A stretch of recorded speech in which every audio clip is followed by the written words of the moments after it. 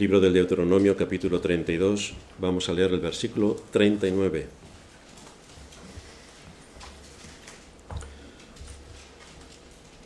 Ved ahora que yo soy, y no hay dioses conmigo. Yo hago morir y yo hago vivir. Yo hiero y yo sano, y no hay quien pueda librar de mi mano. El arrepentimiento.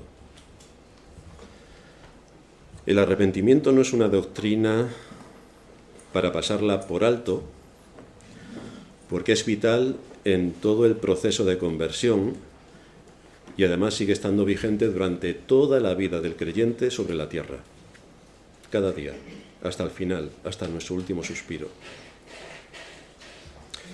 Esto es así porque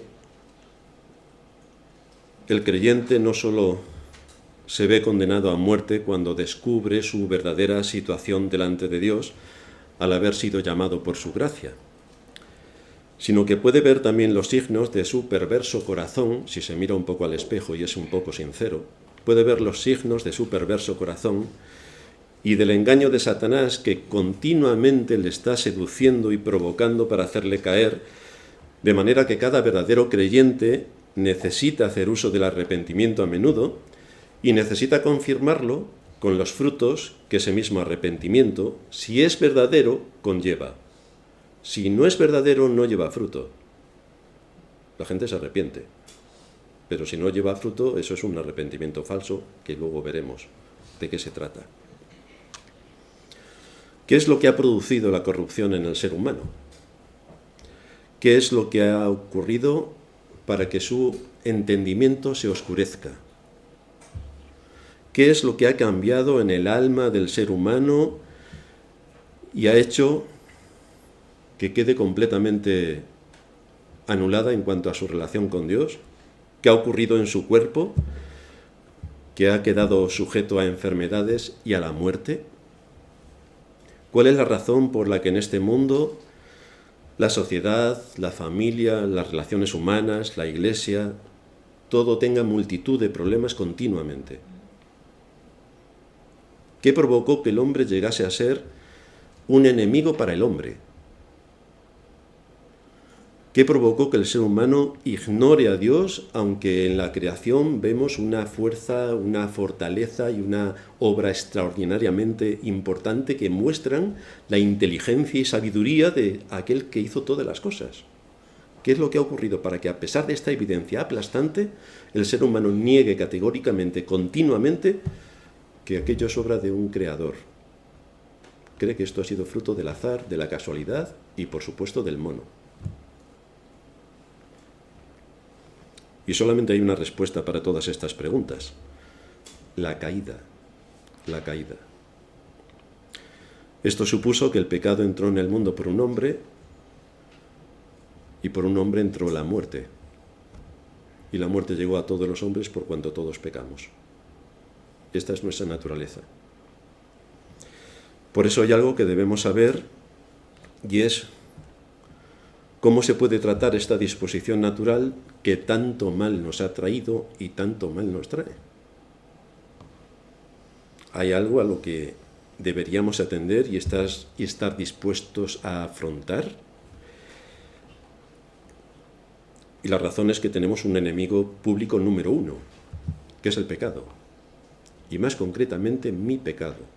Más concretamente.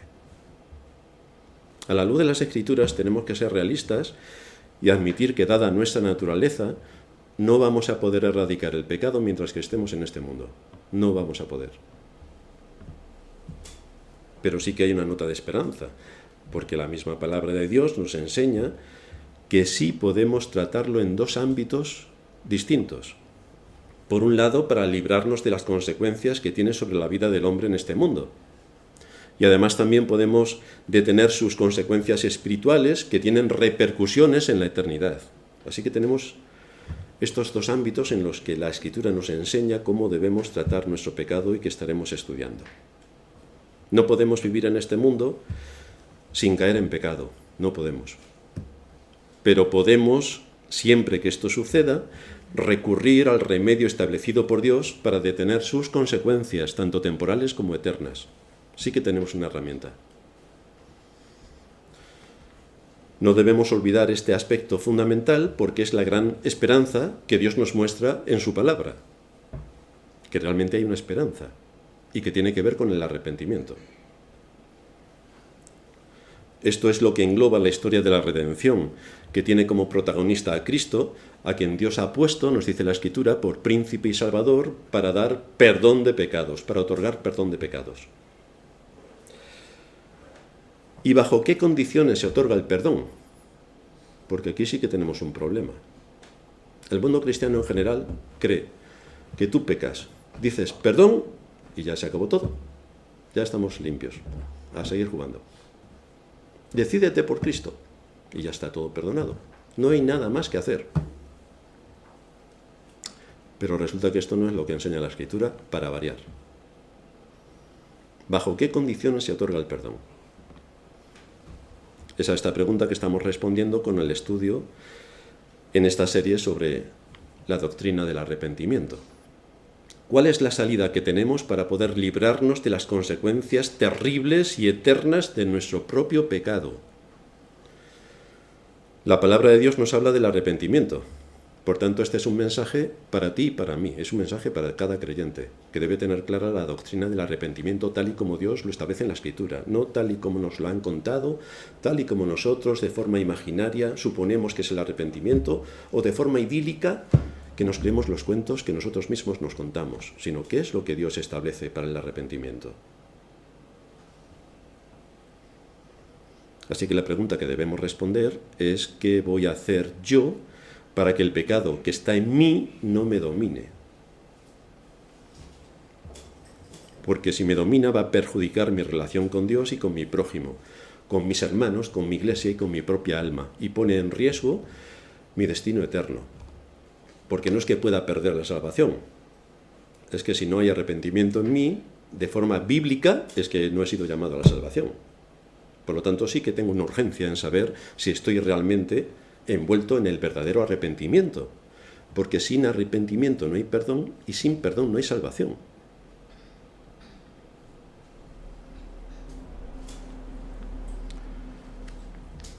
¿Cómo se ve la falta de arrepentimiento?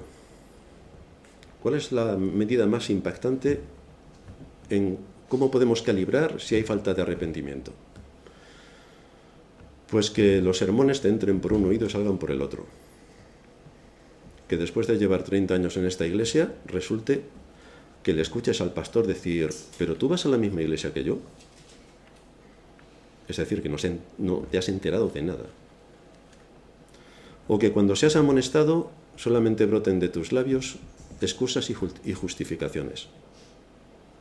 Y en todo caso, en tu situación particular no se aplica nada de lo que se ha enseñado en la Escritura.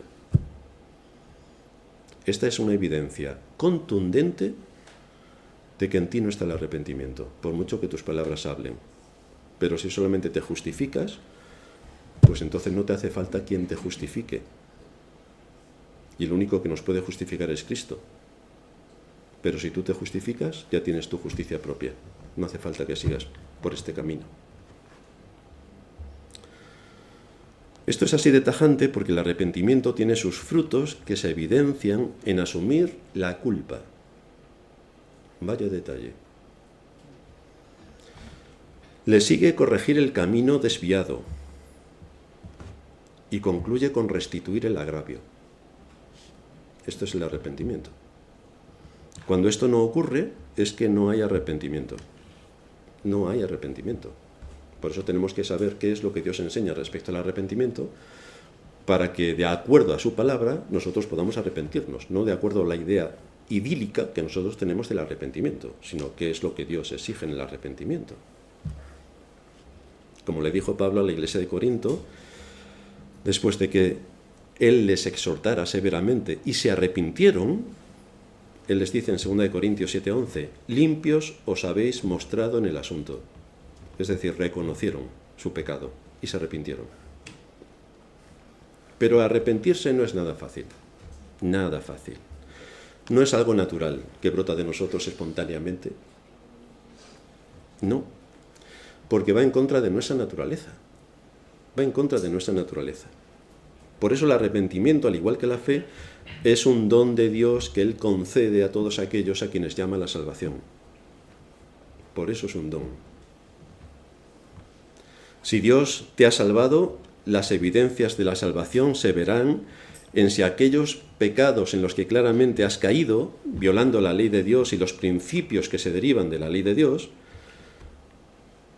si eso produce en ti una profunda carga, un profundo pesar, un profundo dolor que te lleva al arrepentimiento. Y te lleva sin poner excusas, sin poner justificaciones, sin echarle la culpa a otros, sin decir que el mundo que te rodea es muy malo y que por eso tú eres igual de malo, y sin empezar a contar el cuento sin fin, sino que tú asumes que es tu pecado y que tú eres el culpable. Porque si tú no asumes que tú eres el culpable, no te vas a arrepentir. ¿De qué te vas a arrepentir si no eres culpable? Es solo en ese contexto, cuando uno identifica su pecado, reconoce su pecado, se arrepiente de su pecado y hace obras dignas de arrepentimiento, restituyendo el agravio, es entonces, y en ese contexto, cuando Dios acepta el arrepentimiento. Y cuando Dios, como respuesta, trae consuelo y te restaura después de haber pecado. Solo en ese contexto, solo. Seremos restablecidos a la comunión con Dios y con los santos, pero solo a través de este arrepentimiento evangélico. Hay esperanza, a pesar del pecado que hayamos cometido, haciendo uso del arrepentimiento, pero de este arrepentimiento. Es cierto que no podemos deshacer el pecado que hemos hecho, no podemos deshacer el pecado que hemos cometido. Eso queda ahí, pero por medio del arrepentimiento Dios lo arroja a lo profundo del mar y así elimina las terribles consecuencias del pecado a nivel eterno. No se acordará jamás de nuestros pecados ni de nuestras transgresiones. Por eso cada uno de nosotros tiene que saber lo que es el arrepentimiento y cómo hay que actuar para que el Dios de toda gracia perdone nuestros pecados en Cristo, que es nuestro Salvador, que murió precisamente para perdonar nuestros pecados y darnos la vida eterna. Y lo hace a través de la fe y del arrepentimiento. Para eso hemos visto en sermones pasados dos grandes verdades. La primera, que el arrepentimiento, que es la única solución al pecado, es una gracia salvadora que ha sido provista por Dios. A través de su Espíritu nos otorga el don de la fe y del arrepentimiento. Por eso en 2 de Timoteo 2:25 se nos dice, le está diciendo Pablo a Timoteo, que con mansedumbre corrija a los que se oponen, por si quizá Dios les conceda que se arrepientan para conocer la verdad. Aquí tenemos que, evidentemente, este es un don que Dios imparte. Tenemos que predicar el Evangelio. A través de la predicación del Evangelio, tenemos que orar para que Dios corrija a los que se oponen y que les conceda el arrepentimiento para conocer la verdad. El hombre trajo el pecado, pero la solución proviene de la gracia y del poder de Dios. Él es quien otorga el arrepentimiento. En segundo lugar, estuvimos viendo la necesidad de la convicción de pecado. Como hemos dicho, no es nada fácil que el hombre admita que vive en pecado. Admite que es pecador, porque eso no lo puede negar. Más que nada porque todo el mundo dice que es pecador. Así que, claro, ¿cómo va a decir el que no? Pues se une al coro total. Admite que es pecador. Pero el asunto es cuando vamos a identificar un pecado concreto. Ahí sí que no. Ahí sí que no. Cuando trata de definirlo, no cree que tenga pecados precisos y concretos de los cuales se tenga que arrepentir. No. De ahí que es el Espíritu Santo el único que convence de pecado, de justicia y de juicio. Esa es su obra. Su obra consiste en mostrarnos que hemos pecado contra Dios y la razón de ese pecado está en mí. Si esto no lo tenemos claro, no avanzamos. La razón del pecado está en mí. Está dentro de mí. No le puedo echar la culpa a nadie. No le puedo echar la culpa a los demás, porque la culpa es únicamente mía, únicamente. Hoy veremos dos aspectos más de esta doctrina. En primer lugar, vamos a ver cómo el arrepentimiento está producido por el Espíritu Santo, y en segundo lugar, vamos a ver la naturaleza y el alcance del pecado. Si alguno peca, claro. Si no peca, puede abandonar la sala de culto. Vamos a ver entonces, en primer lugar, el arrepentimiento que produce el Espíritu Santo. Según exponemos en nuestra declaración de fe, en nuestra confesión de fe, decimos que el arrepentimiento para vida es una gracia salvadora por la cual el pecador, lleno de verdadero sentido por su pecado, toma para sí la misericordia de Dios en Cristo. Lleno de verdadero sentido por su pecado. Y esto es importante. Por la convicción de pecado se conduce al hombre a la desesperación. Porque el Espíritu Santo convence a ese hombre de que ha pecado contra aquel que es santo y misericordioso. Ha pecado contra su ley. Aquel que tendría que ser objeto de todo nuestro amor y nuestra obediencia más sincera y profunda, contra él hemos pecado. Contra él. Por tanto, debemos ser conscientes de que según la ley, merecemos la condenación eterna, sin más. Esta es nuestra situación. No es algo para divertirnos, ni para entretenernos, ni para tener aquí un culto fantasioso. En ese estado de profunda condición y dolor es cuando se nos presenta la puerta de salida, la esperanza de ser aceptados como hijos de Dios por la misericordia de Dios. Pero cuando hemos llegado a ese punto, ¿os acordáis del hijo pródigo cuando se dio cuenta de su situación? Cuando más humillado no podía estar. Siendo judío estaba cuidando cerdos, un animal inmundo que les da sarpullidos a los judíos. Sin dinero, sin hogar, sin absolutamente nada, comiendo las algarrobas de los cerdos y cuidando a los cerdos en una pocilga.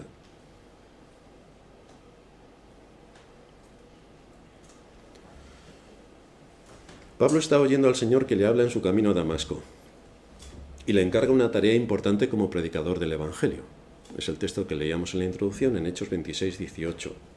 Y le dice, para que abra sus ojos, para que se conviertan de las tinieblas a la luz y de la potestad de Satanás, es decir, que este mundo está bajo la potestad de Satanás, a Dios, para que reciban por la fe que es en mí perdón de pecados y herencia entre los santificados.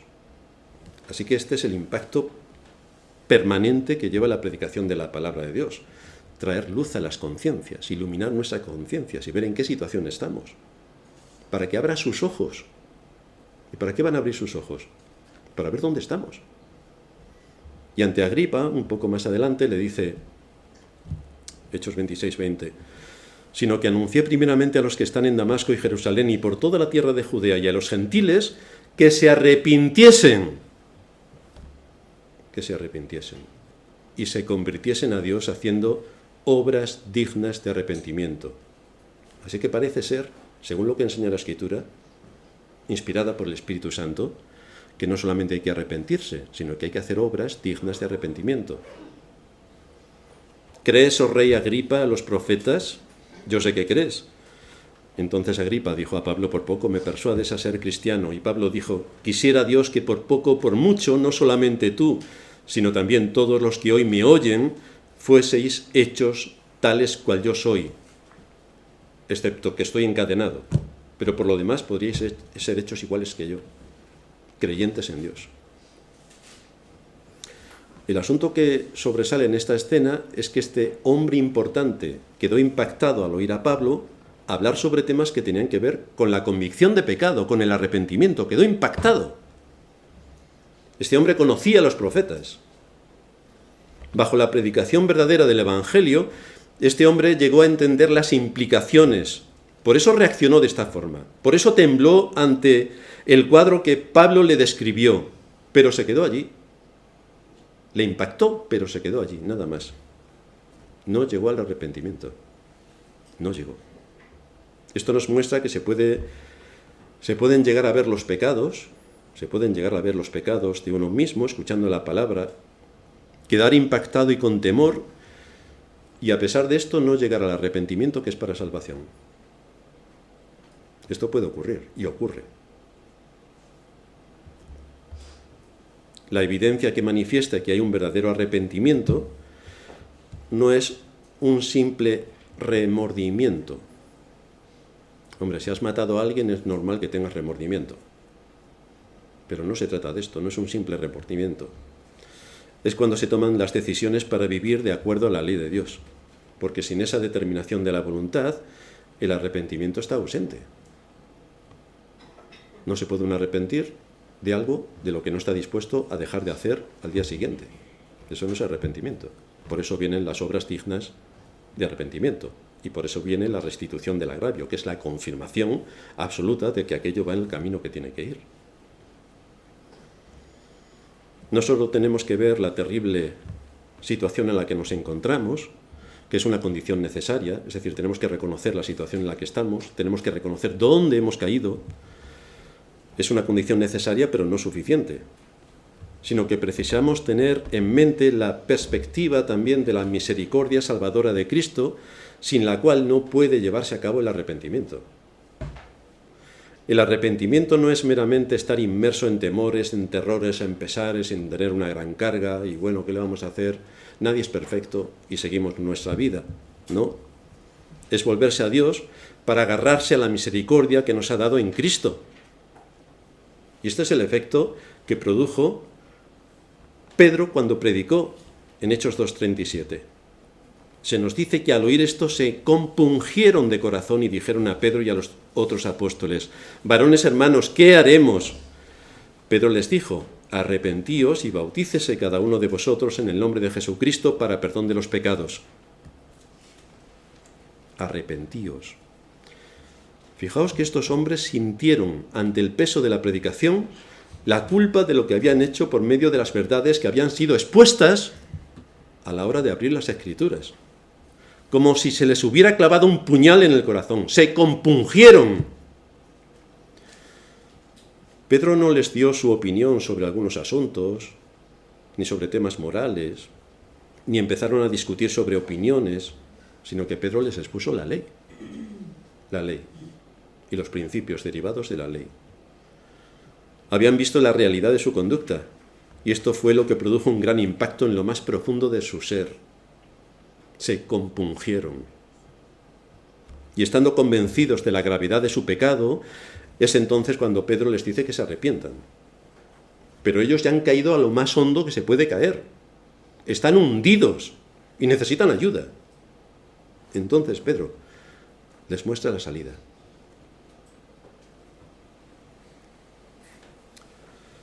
Pero veamos el caso contrario. Vamos a ver el caso de Judas, que es de lo más particular. Porque aquí en Judas tenemos todos los elementos del arrepentimiento, pero le falta un matiz. Mateo 27:3. Entonces Judas, el que le había entregado, viendo que era condenado, devolvió arrepentido, y aquí muchos se equivocan porque asumen la misma posición que Judas. Judas se arrepintió, y muchos se arrepienten como Judas. Por eso es importante que sepamos con precisión qué es lo que enseña Dios en su palabra acerca del arrepentimiento, para no tener el arrepentimiento de Judas, que está en el infierno. Entonces Judas, el que le había entregado, viendo que era condenado, devolvió arrepentido las 30 piezas de plata a los principales sacerdotes y a los ancianos, diciendo: yo he pecado entregando sangre inocente. Esta es una declaración que parece que está en toda regla. Este hombre reconoce haber pecado en general, reconoce haber pecado en particular, define su pecado y delante de los ancianos les devuelve el dinero de su traición. Es decir, incluso hace restitución. De un rápido vistazo podría parecer que tiene todos los ingredientes de un arrepentimiento. Si le quitamos el nombre de Judas y lo presentamos tal cual, todos diríamos, esta persona, sea quien sea, se ha arrepentido. Ahora le ponemos el nombre de Judas, que es el que le corresponde, y ya, como sabemos la historia, vemos que no se ha arrepentido. Pero según el texto parece que sí. Podría parecer que tiene todos los ingredientes de un arrepentimiento, pero si lo estudiamos bien vemos que no es un arrepentimiento según Dios. Porque no va a restituir el agravio a aquel a quien ha agraviado. ¿A quién ha agraviado este hombre que estuvo 3 años y medio con Cristo? Ha agraviado a Cristo, que le ha traicionado. Pero no va a restituir el agravio con Cristo. La gente piensa que atenta contra un hermano, contra otra persona, que hace cualquier cosa. Le pide a Dios que se arrepiente, le dice a Dios que se arrepiente, y ya no tiene necesidad de ir al hermano. Si ha levantado calumnias, falso testimonio o cualquier otra cosa, no va a pedirle perdón. No, porque dice Dios ya me ha perdonado. Igual que Judas. Es decir, que si alguno tiene esa disposición en el corazón y no se ha dado cuenta todavía, que sepa que todos los arrepentimientos que ha tenido, si estaban otras personas involucradas y no les ha ido a pedir perdón a esas personas, su arrepentimiento no es válido. Porque hay que hacer restitución a quien has agraviado, cosa que Judas no hizo. Tampoco confesó su pecado, por todo lo que nos relata el texto, delante del único que le podía perdonar pecados, que es Cristo. Tampoco.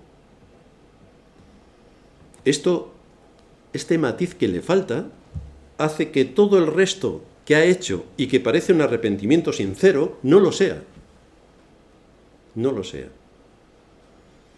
No buscó a Dios, ni confió en el perdón de Dios, ni restituyó el agravio a Cristo. Y esto le hizo ser consumido en la angustia y hundirse en la desesperación, acabando su vida en la horca y su eternidad en el infierno. Por un matiz. Por eso vemos que es un arrepentimiento falso. Después de todo lo que hizo, que era una condición necesaria, no tuvo en cuenta que eso no era suficiente. No vio en la misericordia salvadora de Cristo lo que le hacía falta. Y esto le privó de la vida eterna. Por eso dice la Escritura, yo hago morir y yo hago vivir, yo hiero y yo sano. Yo hago morir y yo hago vivir. Lo está diciendo Dios. Yo hiero. Yo hiero. Y para sanarte del pecado, Dios muchas veces, o la mayoría de los casos, si eres verdadero hijo, te hiere. Te hiere. Esto es lo que supone la predicación del Evangelio. El Evangelio le muestra al hombre la culpa de sus males. Le muestra la culpa de sus males. Le muestra el terrible castigo que merece. Le muestra también la misericordia de Dios. Pero observa el orden. Observa el orden. No es Dios te ama y tiene un plan maravilloso para tu vida. No. Dios te hiere y después te muestra su misericordia. Cuando te has arrepentido. Ese es el proceso. El paso previo que Dios utiliza para llevarnos al arrepentimiento es que nos hunde en la desesperación para que, viendo nuestra total culpabilidad, entonces supliquemos su misericordia. Este es el paso que lleva. Debemos recordar, cuando estamos en una situación sobre la que debemos pedir perdón y arrepentirnos, que es un momento ideal en el que Satanás va a hacer su aparición. El diablo quiere resguardarnos y protegernos de las heridas de Dios.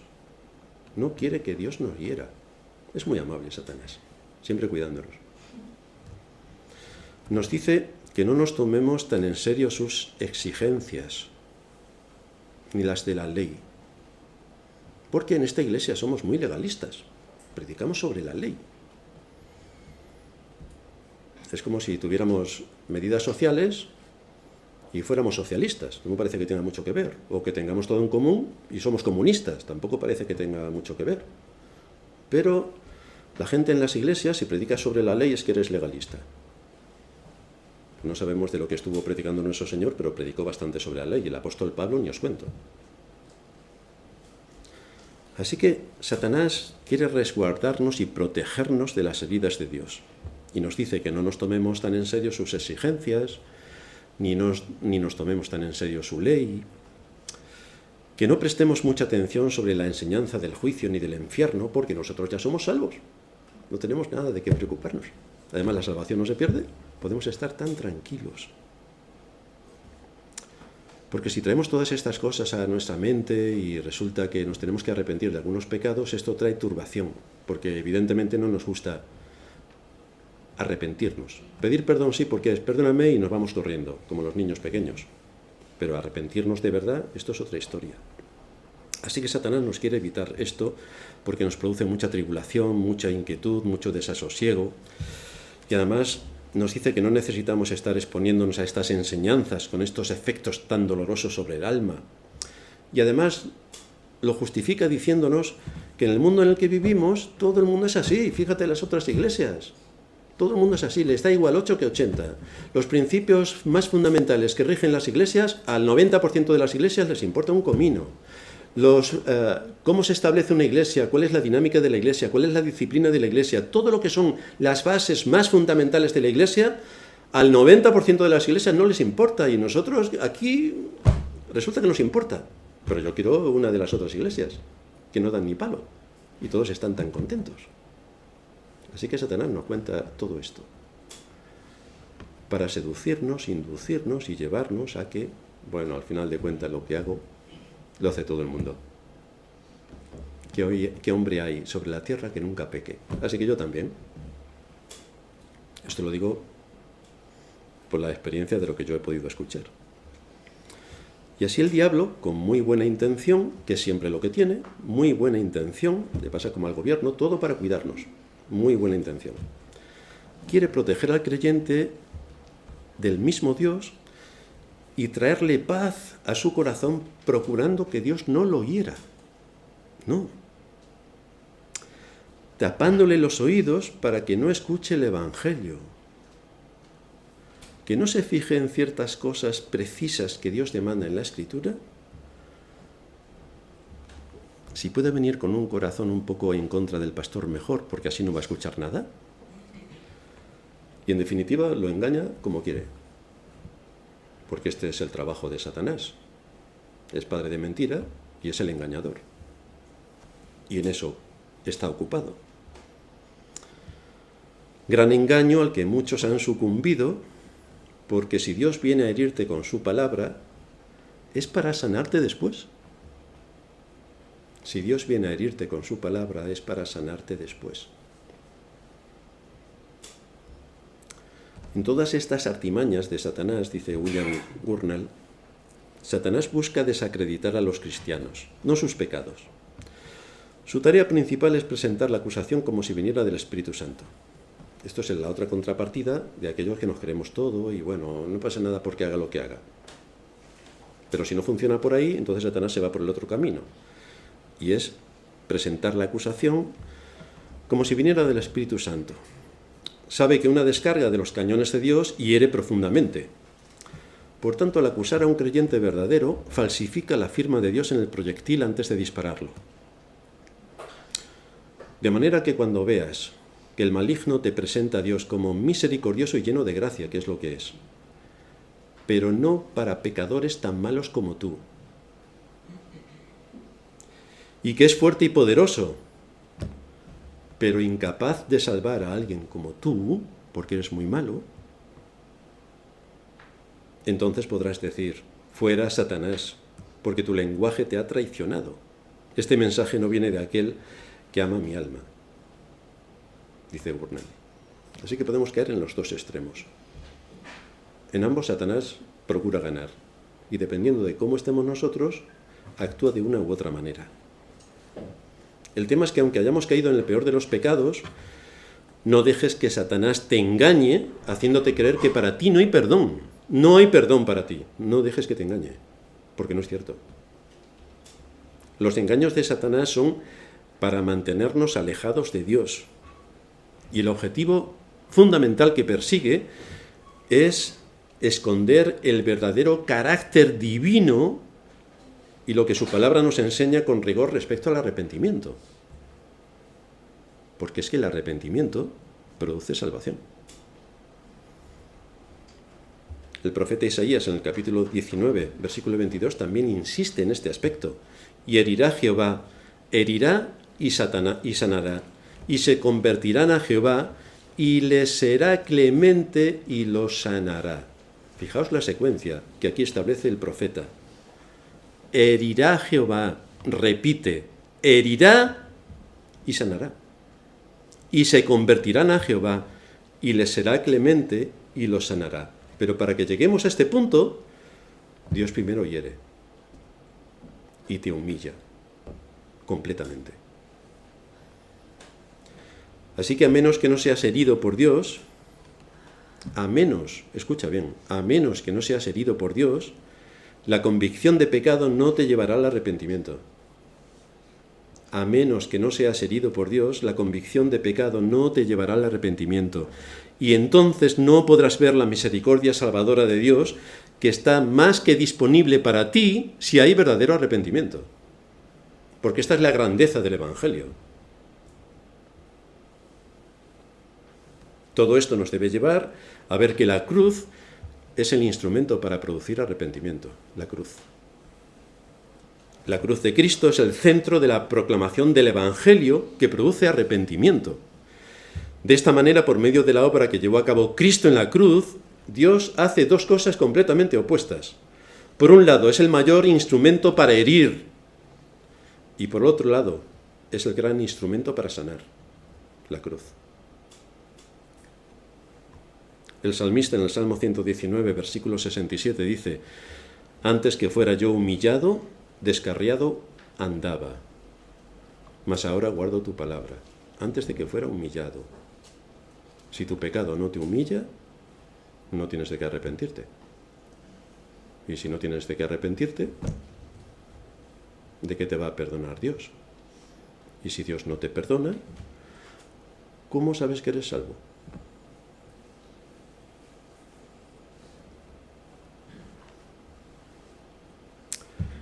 Entonces, ¿tu pecado te ha humillado? ¿Te has sentido sumamente indigno? Porque esa es la convicción de pecado que produce el Espíritu Santo.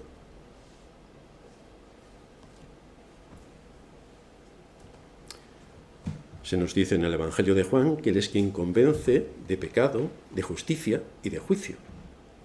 Esta es la obra del Espíritu Santo. Convence de pecado, de justicia y de juicio. Te deja desnudo delante de la palabra de Dios.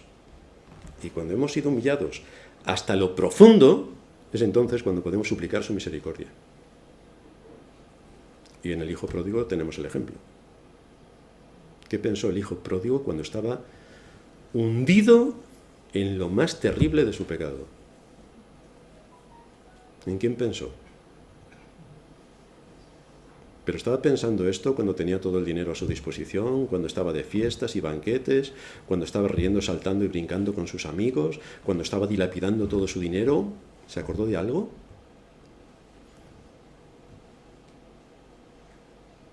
¿Y cuándo se acordó?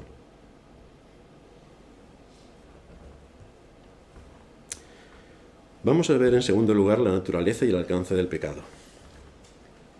A la luz de nuestras conciencias podemos ver nuestros males, pero en muchos casos nuestra conciencia está condicionada por el entorno cultural. De manera que permitimos que sea nuestra cultura la que nos dicte si algo está bien o está mal. No la escritura, sino la cultura. Y nos dejamos arrastrar sin casi darnos cuenta, como ocurre en nuestra época con el día de reposo, como ocurre con las mujeres pastoras, como ocurre con tomar el nombre de Dios en vano, o como ocurre con levantar falso testimonio tan alegremente. Pero cuando estudiamos nuestra condición a la luz de la ley de Dios, entonces empieza el verdadero contraste entre nuestro pecado y la santidad de Dios. Porque no podemos compararnos al mundo en el que vivimos. Si nos comparamos al mundo en el que vivimos, somos sumamente santos. Pero vamos a compararnos con la luz que nos muestra la Escritura. ¿Cómo estamos nosotros delante de la ley de Dios? Porque ese es nuestro espejo, no es el mundo, es la palabra. Y cuando ponemos en perspectiva la ley de Dios, entonces empezamos a ver un asunto de lo más particular. ¿Qué ocurrió con Cristo delante de la ley? ¿Por qué Cristo tuvo que morir? ¿Cuál fue la causa que le llevó a la muerte? Y vemos que para limpiar a su pueblo de sus pecados, Cristo se tuvo que poner delante de la ley para asumir lo que la ley demanda de aquellos que la transigen, es decir, la pena de muerte. Y la pena de muerte con derramamiento de sangre, no cualquier otra, con derramamiento de sangre. Y vemos cómo en Cristo se aplicó con firmeza el rigor absoluto de la ley, y cómo tuvo que padecer sometiéndose a la maldición de la ley por nuestros pecados, por todos y cada uno de nuestros pecados. Cómo tuvo que sufrir la separación de su Padre, cómo tuvo que satisfacer la justicia divina que a ti y a mí nos acusaba. Y si lo vemos de esta forma, nuestros pecados quizá no parezcan tan justificables. Y no seamos tan rápidos en empezar a poner excusas, como muchas veces hacemos. Por eso nos dice Pablo en 2 Corintios 5:21 que al que no conoció pecado, por nosotros lo hizo pecado, para que nosotros fuésemos hechos justicia de Dios en él. Así que aquí tenemos lo que hizo nuestro sustituto. Cristo fue hecho pecado por nosotros. Es decir, Él estuvo en la cruz como nuestro sustituto, en nuestro lugar. En ese momento fue hecho pecado. Se cumplió en Él lo que dice el profeta Isaías en el capítulo 53, versículo 6. Dios cargó en Él el pecado de todos nosotros. De todos los creyentes, de todas las épocas, fue puesto sobre Cristo en ese momento. Como si Él los hubiera cometido. Por esa razón dice la Escritura que fue hecho maldición por nosotros, como si Él lo hubiera cometido. Así que esto nos presenta el cuadro más terrible del pecado. Para nosotros es fácilmente justificable. Lo excusamos, no es tan malo lo que hemos hecho. Parece que en muchos casos peleamos por defender nuestra posición presentando excusas y excusas de todo tipo para que aquello no parezca lo que realmente es. Pero resulta que cuando Dios vio en Cristo lo más mínimo de nuestro pecado, lo ejecutó. Esto es para que no nos tomemos muy a la ligera nuestros pecadillos y que pensemos que como solamente son pecadillos no pasa nada. Dios descargó el peso de toda su ira sobre él. Le aplicó todo el rigor de la ley que nosotros habíamos quebrantado e hizo que su Hijo pagase con su vida nuestra vida. Así que si Dios no pasó por alto el pecado que estaba sobre su Hijo, sino que lo entregó a la muerte, cada uno que escucha la palabra de Dios debe saber y recordar que ni tú ni yo vamos a escapar teniendo sobre nosotros nuestros pecados sin arrepentirnos. No vamos a escapar. Si no nos arrepentimos, no. Esto no es un asunto trivial. Por esto cobra un valor especial el arrepentimiento, porque es el medio usado por Dios para la salvación. ¿Recordáis lo que Moisés hizo en el desierto cuando aquellas serpientes mordían a los israelitas? Levantó una serpiente de bronce y todo aquel que miraba a la serpiente era sanado de la mordedura mortal. Y nos dice la Escritura que así también ocurre a través de la fe y del arrepentimiento sobre quien mira a Cristo. sabiendo que ha pecado gravemente. Y siendo consciente de que merece la muerte, pero puede suplicar el perdón. Pero suplica el perdón solamente aquel que sabe que va de cabeza a la muerte.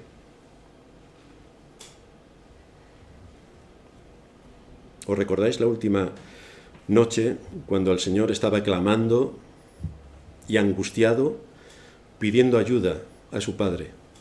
Y cómo le fue enviado un ángel del cielo para fortalecerlo. Y cómo sudaba gotas de sangre. ¿Y por qué estaba en ese estado de agonía? ¿Porque lo iban a ejecutar? No. No. No es porque lo iban a ejecutar. Es porque la ira de Dios iba a descargar sobre él.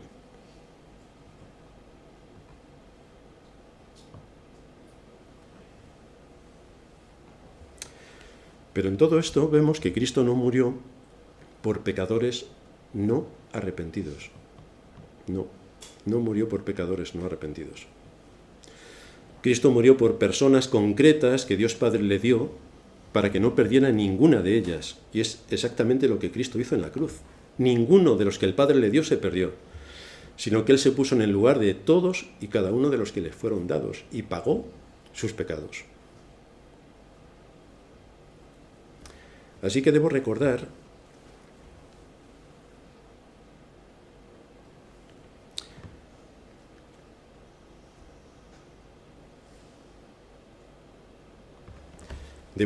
que esto es lo que significa para Dios mi pecado.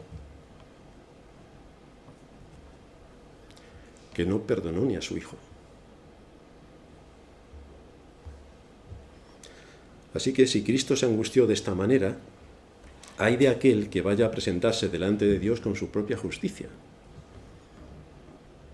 con sus excusas, retorciendo la palabra para que en su caso particular no se aplique tal cosa, haciendo oídos sordos al mensaje que cada día del Señor se predica, o desoyendo el mandato de las Escrituras. Si Cristo mismo tembló ante la ira de Dios, ¿qué será de un simple mortal cuando se presente delante del trono de Dios con sus pecados sobre sí, sin haberse arrepentido de corazón y sin que haya puesto su confianza en el único que le puede salvar de sus pecados concretos?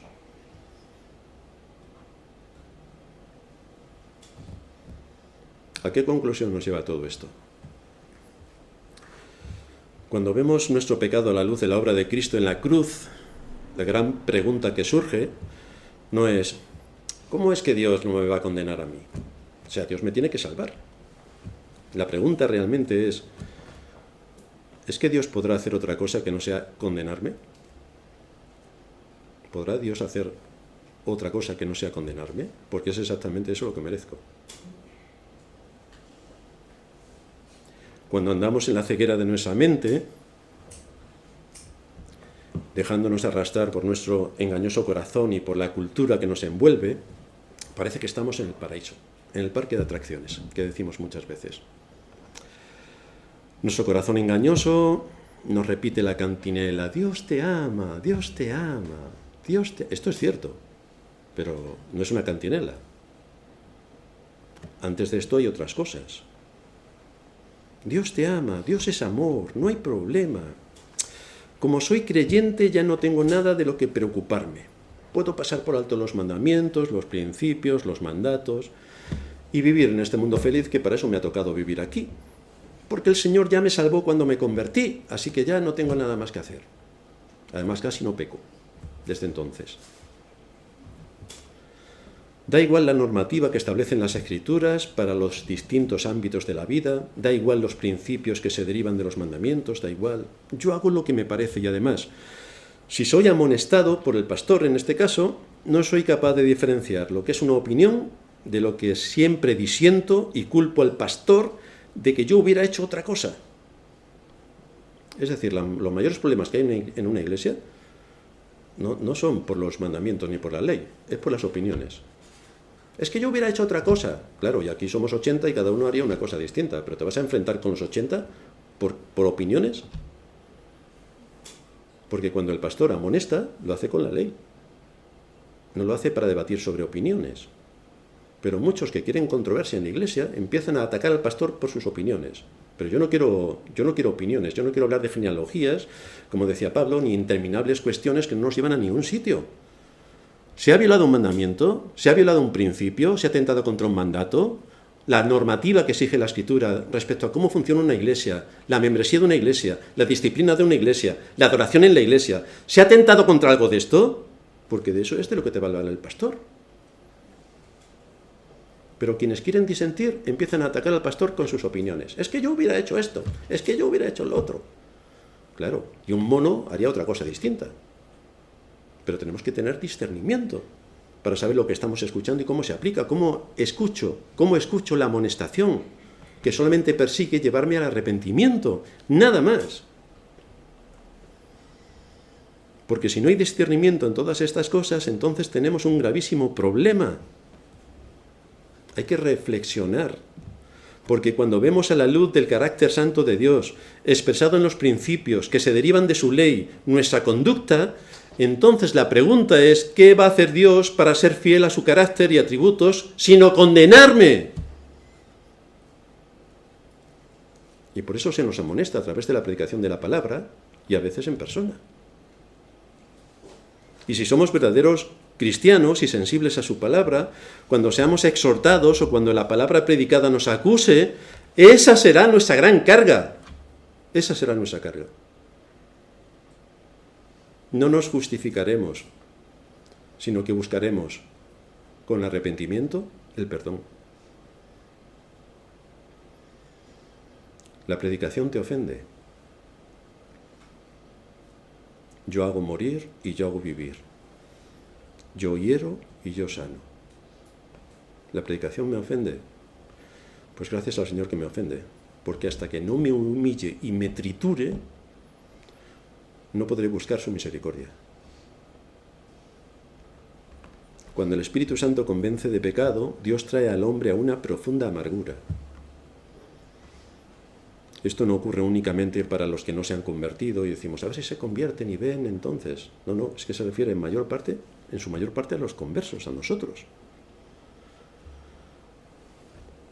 Como nos solemos excusar y justificar de casi todo, el Señor entonces prepara un contexto providencial donde nos hiere profundamente para que seamos conscientes de nuestro pecado. Entonces nos humilla para que seamos conscientes de lo bajo que hemos caído, como hizo con el hijo pródigo. Y nos lleva a la cruz para que veamos el precio pagado por nuestro pecado. Nos lleva a la cruz. Y cuando el creyente vuelve a ver esa terrible escena de cómo Cristo pagó por su pecado, por mi pecado, allí también encontramos nuestra esperanza. Allí encontramos nuestra esperanza. Porque es ahí donde Dios ha revelado su gracia y su misericordia, ya que en esa cruz es donde Cristo derramó su sangre. Y es una cruz que hiere y es una cruz que sana. Es una cruz que mata, pero también es la que nos da luz, nos da vida y nos da salvación. Así despliega Dios su misericordia, porque acepta en la cruz la provisión que Cristo ha hecho por mis pecados, si me arrepiento. Allí está el sustituto que Dios ha preparado para librarme a mí, porque yo y solo yo he pecado.